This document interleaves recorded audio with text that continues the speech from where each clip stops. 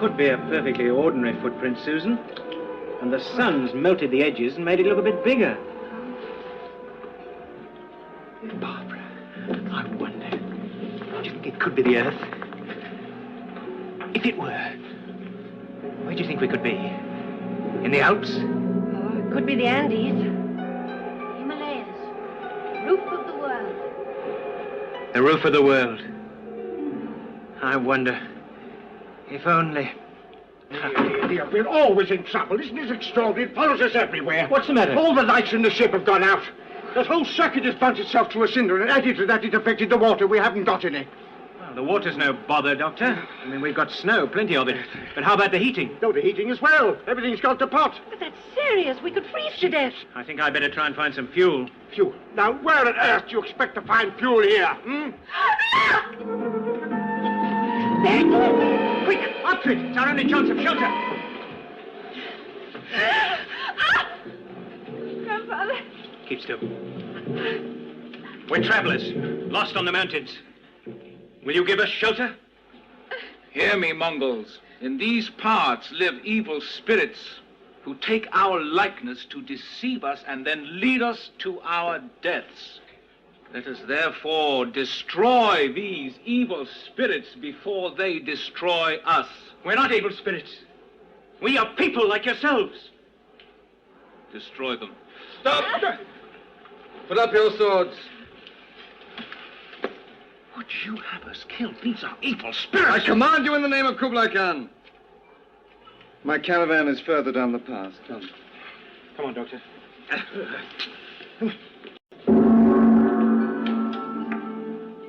We have guests, Big Joe. They are cold and hungry. Yes, Mr. Malcolm. Sit down, Doctor. I'm afraid the liquid is not too warm, but the cold here is so intense it even robs a flame of its heat. Oh, it's excellent nourishment, sir. Is your name Marco Polo? It is, my lady, and may I ask who you are? Oh, we're travelers, yes. That's my grandchild, Susan, and that's Miss Wright, and that's Charlton. Chesterton. Ian Chesterton. My companions are the Lady Pingcho and the warlord Tegana.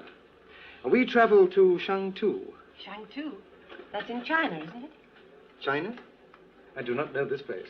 Shangtu is in Cathay. Oh, silly of me. Yes, of course, Cathay. Well, you must all be very tired.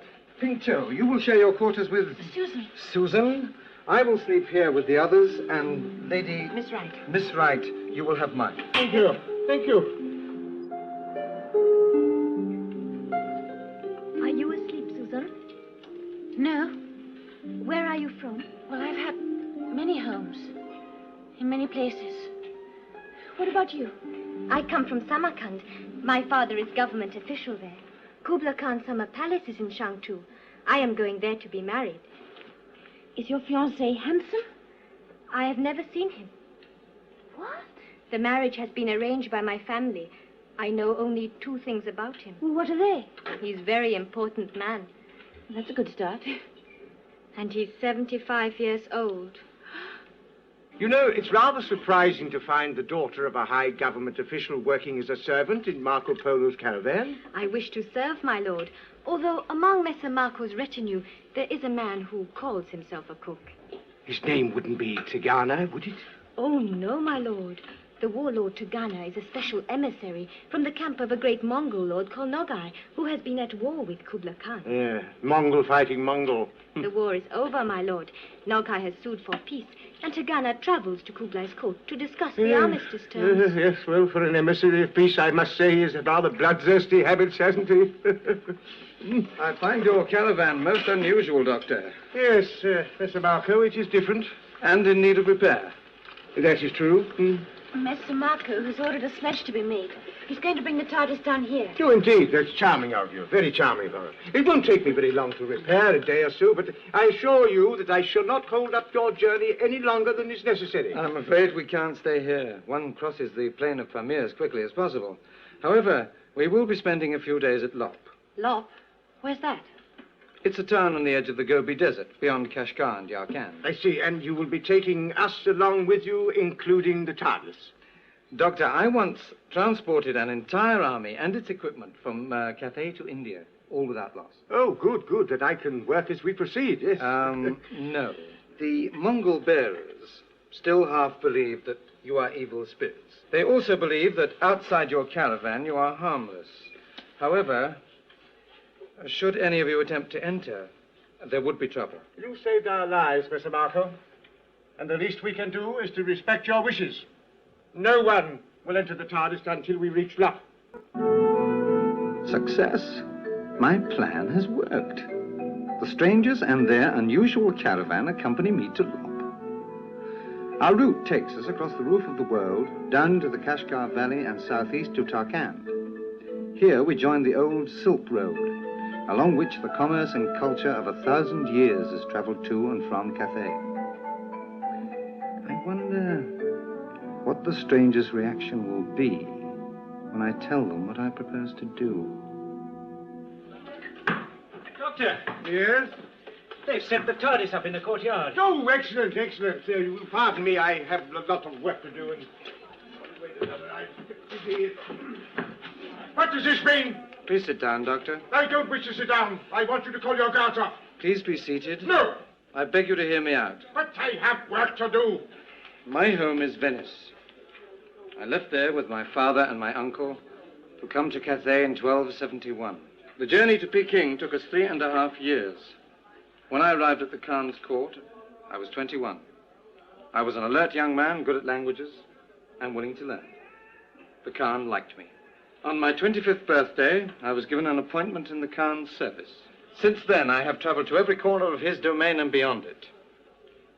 2 years ago, my father, my uncle, and I asked the Khan for permission to go home. He refused. I think we had all served him too well. Well, I really don't see what this has to do with my repairing the TARDIS.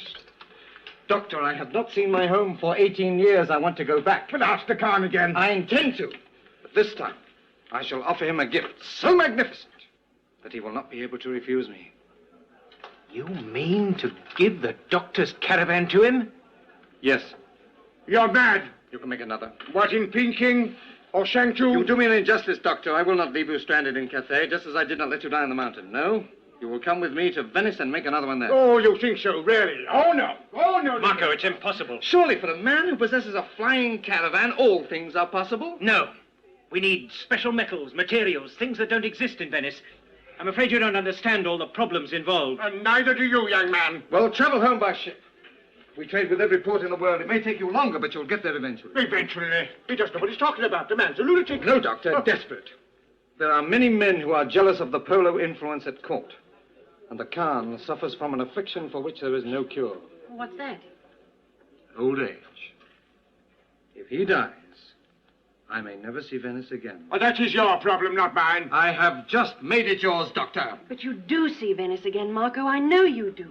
What makes you so sure that the doctor's caravan is a suitable present?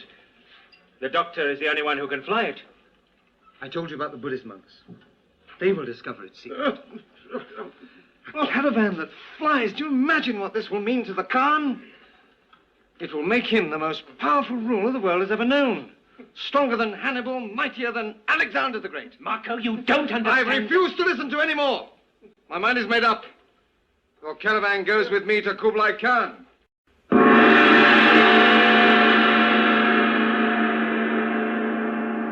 Be careful, my lord. One drop will poison an army. I will use it well on all but the first of Marco Polo's water girds. For tomorrow, the caravan sets out to cross the Gobi Desert. Now you will follow us. And on the third night, I will walk back to you and then return to the caravan to collect the thing of magic that will bring the mighty Kublai Khan to his knees.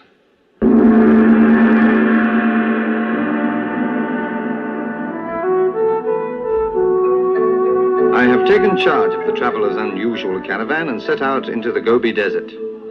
The journey across this vast ocean of sand is slow and hazardous. To make matters worse, the old doctor continually shows his disapproval of my action by being both difficult and bad-tempered. What is that you do? I keep a journal. Why? Because it interests me. You continue your writing, Marco. I'll see to the horses tonight.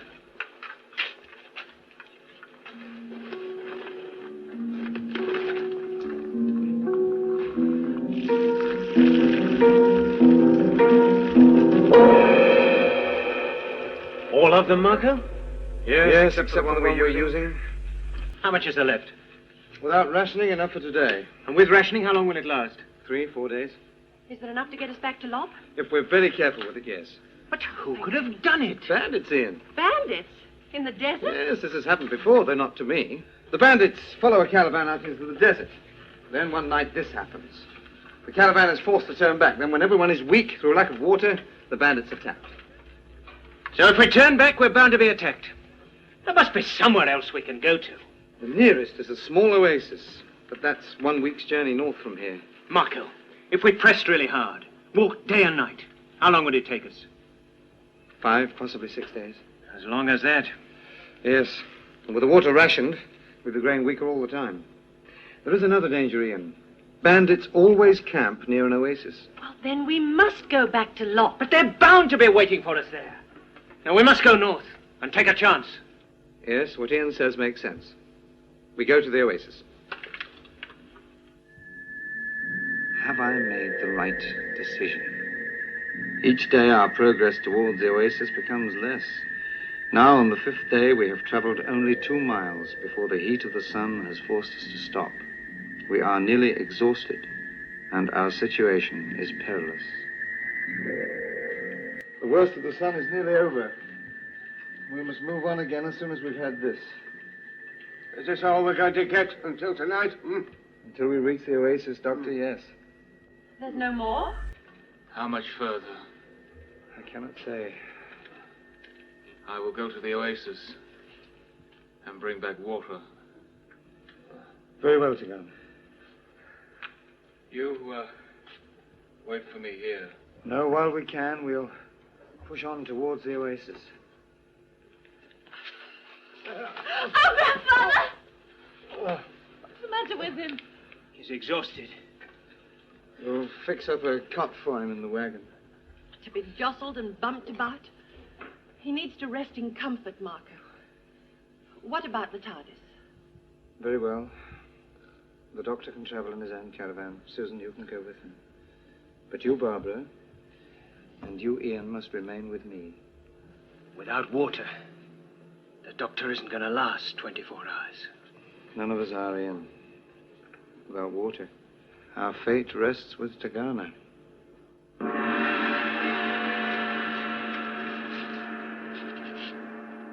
Here's water, Marco Polo. Come for it.